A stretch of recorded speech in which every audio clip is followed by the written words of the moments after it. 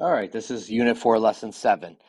In the last lesson, we learned about the fact that some equations have no solutions. Most linear equations have one solution, but we also learned that sometimes equations have no solutions.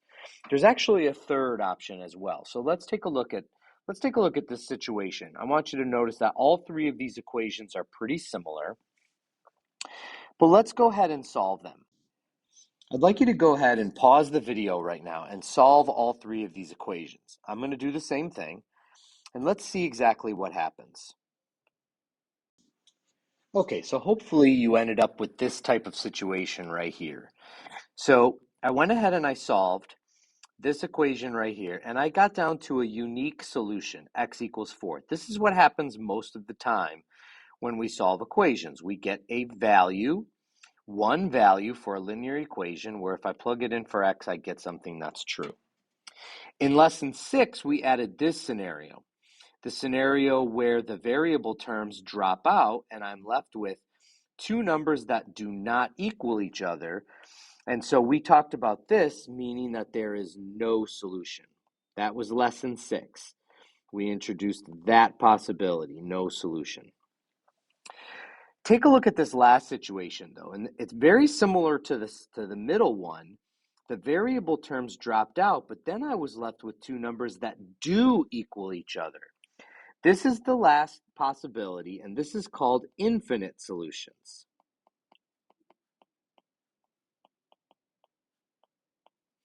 And what that means is, as opposed to this scenario where there is no possible value for x, in which this equation will be true, in this situation, you can put in any number for x, and infinite possibilities, and this equation will be true. So it doesn't matter what number you substitute in for x, that will be true. So let's sort of generalize.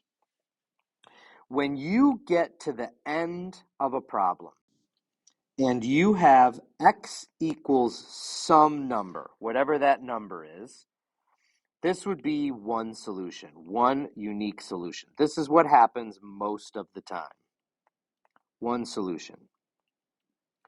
When you get to the end of a problem and you have some number equals some other number, so these are just numbers, A and B are just representing numbers.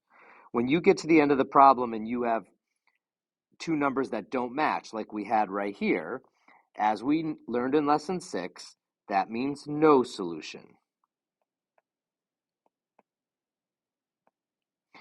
And if you get to the end of the problem and you have the situation where you have one number equals itself, that's when you're going to have infinite solutions. Now, I want to point out a common error that students make. When you have one solution, the next step goes to the check. And I often have students that get to the end of the check and they have something like 5 equals 5 and they go, oh, that's infinite solutions. No. One solution and you checked it. These are at the solving phase of the problem. This has nothing to do with checking.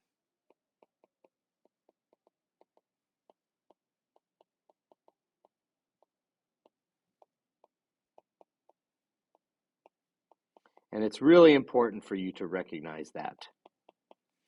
This is about solving. You come to these conclusions when you're solving. If you're doing a check, that means you've already decided that there's one solution because you're checking that one solution.